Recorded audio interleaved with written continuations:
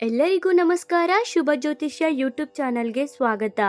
ತುಲಾ ರಾಶಿಯ ಮೇ ತಿಂಗಳ 2026ನೇ ವರ್ಷದ ಮಾಸ ಭವಿಷ್ಯ ಹೇಗಿರುತ್ತೆ?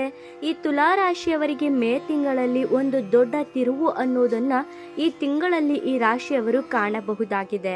ಹಣ, ಉದ್ಯೋಗ, ಪ್ರೀತಿ ಯಾವ ಕಡೆ ಈ ರಾಶಿಯವರಿಗೆ ಶುಭ, ಯಾವ ಕಡೆಯಿಂದ ಎಚ್ಚರಿಕೆ ಬೇಕು ಗೊತ್ತಾ?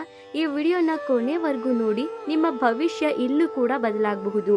ಅದಕ್ಕೂ ಮುನ್ನ ನೀವೇನಾದರೂ ತುಲಾ ರಾಶಿಯವರಾಗಿದ್ದರೆ, ದೇವರು ಮತ್ತು ಜ್ಯೋತಿಷ್ಯ ಶಾಸ್ತ್ರವನ್ನು ನಂಬುವುದಾದರೆ ಈ ವಿಡಿಯೋಗೆ ಈಗಲೇ ಒಂದು ಲೈಕ್ ಕೊಡಿ ಮತ್ತು ತಪ್ಪದೇ ನಮ್ಮ ಶುಭ ಜ್ಯೋತಿಷ್ಯ ಯೂಟ್ಯೂಬ್ ಚಾನಲನ್ನು ಸಬ್ಸ್ಕ್ರೈಬ್ ಮಾಡಿ. ಈ ವಿಡಿಯೋನ ಎಲ್ಲರಿಗೂ ಕೂಡ ಶೇರ್ ಮಾಡಿ. ಇನ್ನು ಗ್ರಹಗಳ ಬದಲಾವಣೆ ಈ ತುಲಾ ರಾಶಿಯವರಿಗೆ ಹೇಗಿರುತ್ತೆ ಅಂತ ನೋಡೋದಾದರೆ, ಶುಕ್ರ ಗ್ರಹ ನಿಮ್ಮ ರಾಶಿಯ ಅಧಿಪತಿಯಾಗಿದ್ದಾರೆ. ಹಾಗೆ ಶುಕ್ರ ನಿಮ್ಮ ರಾಶಿಯಲ್ಲಿ ಬಲವಾಗಿರುವುದರಿಂದ ಆಕರ್ಷಣೆ ಹೆಚ್ಚಾಗುತ್ತೆ. ಸಂಬಂಧಗಳಲ್ಲಿ ಸುಧಾರಣೆ ಅನ್ನೋದನ್ನು ನೀವು ಕಾಣಬಹುದು. ಇನ್ನು ಶನಿಯ ಪರಿಣಾಮ ಈ ರಾಶಿಯವರಿಗೆ ಸ್ವಲ್ಪ ಒತ್ತಡನ ತರಬಹುದು.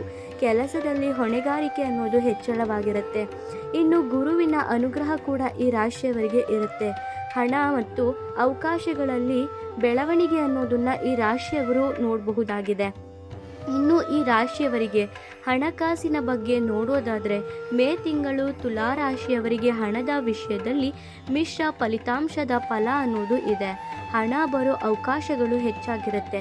ಆದರೆ ಹಳೆಯ ಸಾಲನು ತೀರಿಸುವಂಥ ಅವಕಾಶಗಳು ಕೂಡ ಇದೆ. ಆದರೆ ಅನವಶ್ಯಕವಾಗಿ ಅತಿಯಾದಂಥ ಖರ್ಚು ಆಗಬಹುದು. ಸ್ನೇಹಿತರ ಮೂಲಕ ಹಣ ಕಳೆದುಕೊಳ್ಳುವಂತಹ ಸಾಧ್ಯತೆ ಕೂಡ ಈ ರಾಶಿಯವರಿಗೆ ಇರುತ್ತೆ. ಹಾಗಾಗಿ ಖರ್ಚನ್ನು ಕಡಿಮೆ ಮಾಡಿ ಯಾರಿಗೂ ಕೂಡ ಈಸಿಯಾಗಿ ಹಣನ ಕೊಡೋಕೆ ಹೋಗಬೇಡಿ. ಈ ತಿಂಗಳಲ್ಲಿ ನೀವು ಹಣ ಉಳಿಸೋ ಕಡೆನೇ ನೀವು ಗಮನನ ಹರಿಸಬೇಕಾಗತ್ತೆ. ಇನ್ನು ಉದ್ಯೋಗ ಮತ್ತು ವ್ಯವಹಾರ ಅನ್ನೋದು ಈ ರಾಶಿಯವರಿಗೆ ಹೇಗಿರುತ್ತೆ ಅಂತ ನೋಡೋದಾದರೆ, ಉದ್ಯೋಗದಲ್ಲಿ ಹೊಸ ಅವಕಾಶ ಅನ್ನೋದು ಇರುತ್ತೆ. ಇನ್ನು ಪದೋನ್ನತಿ ಇರುವಂತಹ ಸಾಧ್ಯತೆ ಇದೆ. ಅಂದರೆ ಟ್ರಾನ್ಸ್ಫರ್ ಕೂಡ ನೀವು ತಗೋಬಹುದು. ಸರ್ಕಾರಿ ಕೆಲಸದ ಪ್ರಯತ್ನ ಮಾಡುವವರಿಗೆ ಶುಭ ಕಾಲ ಅಂತ ಹೇಳಿದರೆ ತಪ್ಪಾಗಲ್ಲ. ಆದರೆ ಕೆಲಸದ ಒತ್ತಡಗಳು ಕೂಡ ಹೆಚ್ಚಾಗಬಹುದು. ಮೇಲಾಧಿಕಾರಿಗಳ ಜೊತೆ ಮಾತಿನಲ್ಲಿ ಜಾಗ್ರತೆಯಿಂದ ಇರಬೇಕಾಗತ್ತೆ. ಇನ್ನು ವ್ಯವಹಾರಸ್ಥರಿಗೆ ಹೊಸ ಡೀಲ್ ಕೂಡ ಸಿಗಬಹುದು. ಆದರೆ ದೊಡ್ಡ ಹೂಡಿಕೆನ ಯಾವುದೇ ಕಾರಣಕ್ಕೂ ಕೂಡ ನೀವು ಈ ತಿಂಗಳಲ್ಲಿ ಮಾಡೋಕೆ ಹೋಗಬೇಡಿ. ಇನ್ನು ಪ್ರೀತಿ ಮತ್ತು ವೈವಾಹಿಕ ಜೀವನ ಹೇಗಿರುತ್ತೆ ಅಂತ ನೋಡೋದಾದರೆ, ನೀವೇನಾದರೂ ಪ್ರೀತಿ ಮಾಡ್ತಿದ್ರೆ ಹಳೆಯ ಮಿಸ್ಅಂಡರ್ಸ್ಟ್ಯಾಂಡಿಂಗ್ ಕ್ಲಿಯರ್ ಆಗ್ತದೆ. ಇನ್ನು ಹೊಸ ಲವ್ ಕೂಡ ಸ್ಟಾರ್ಟ್ ಆಗಬಹುದು. ಇನ್ನು ದಾಂಪತ್ಯದಲ್ಲಿರುವಂಥವರಿಗೆ ಮದುವೆ ಜೀವನ ಹೇಗಿರುತ್ತೆ ಅಂತ ನೋಡೋದಾದರೆ, ಸಣ್ಣ ಪುಟ್ಟ ಜಗಳಗಳು ಇರುವಂತಹ ಸಾಧ್ಯತೆ ಇದೆ. ಆದರೆ ಬಾಂಡಿಂಗ್ ಅನ್ನೋದು ಸ್ಟ್ರಾಂಗ್ ಆಗುತ್ತೆ ಈ ಸಮಯದಲ್ಲಿ. ಇನ್ನು ಕೋಪನ ಈ ರಾಶಿಯವರು ಕಡಿಮೆ ಮಾಡ್ಕೊಬೇಕು. ಇನ್ನು ಮಾತಿನಲ್ಲಿ ನೀವು ಜಾಗ್ರತೆಯಿಂದ ಇದ್ದರೆ ಒಳಿತಾಗುತ್ತೆ. ಇನ್ನು ಆರೋಗ್ಯದ ಬಗ್ಗೆ ನೋಡೋದಾದರೆ, ಗಮನಿಸಬೇಕಾಗಿರುವಂಥ ವಿಷಯಗಳೇನು ಆರೋಗ್ಯದ ಬಗ್ಗೆ ಅಂತ ನೋಡೋದಾದರೆ, ತಲೆನೋವು, ಮಾನಸಿಕ ಒತ್ತಡ, ನಿದ್ರೆ ಕೊರತೆ ಆಗ್ಬೋದು. ಅದಕ್ಕೋಸ್ಕರ ನೀವು ಯೋಗ, ಧ್ಯಾನ ಮಾಡೋದು ತುಂಬ ಉತ್ತಮವಾಗಿರುತ್ತೆ. ಆರೋಗ್ಯದಲ್ಲಿ ನೀವು ಜಾಗ್ರತೆಯನ್ನು ವಹಿಸಬೇಕಾಗತ್ತೆ. ಇನ್ನು ಈ ರಾಶಿಯವರಿಗೆ ಏನೇನು ಪರಿಹಾರಗಳನ್ನ ಮಾಡ್ಕೊಬೇಕು ಅಂತ ನೋಡೋದಾದರೆ, ಪ್ರತಿದಿನ ಲಕ್ಷ್ಮೀ ದೇವಿಗೆ ಪೂಜೆ ಮಾಡಬೇಕಾಗತ್ತೆ. ಓಂ ಶುಕ್ರಾಯ ನಮಃ ಅಂತ ಜಪ ಮಾಡ್ಕೊಳ್ಳಿ. ಇಲ್ಲ ಅಂದರೆ ಪ್ರತಿ ಶುಕ್ರವಾರ ಬಿಳಿ ವಸ್ತುನ ದಾನ ಮಾಡಿ.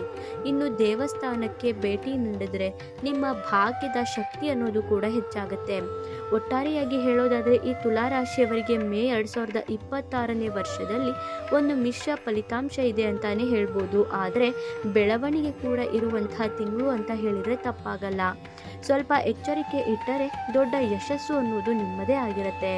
ನಿಮ್ಮದು ಕೂಡ ತುಲಾ ರಾಶಿನ? ಹಾಗಿದ್ರೆ ತಪ್ಪದೇ ಈಗಲೇ ಓಂ ಶುಕ್ರಾಯ ನಮಃ ಅಂತ ಕಮೆಂಟ್ ಮಾಡಿ.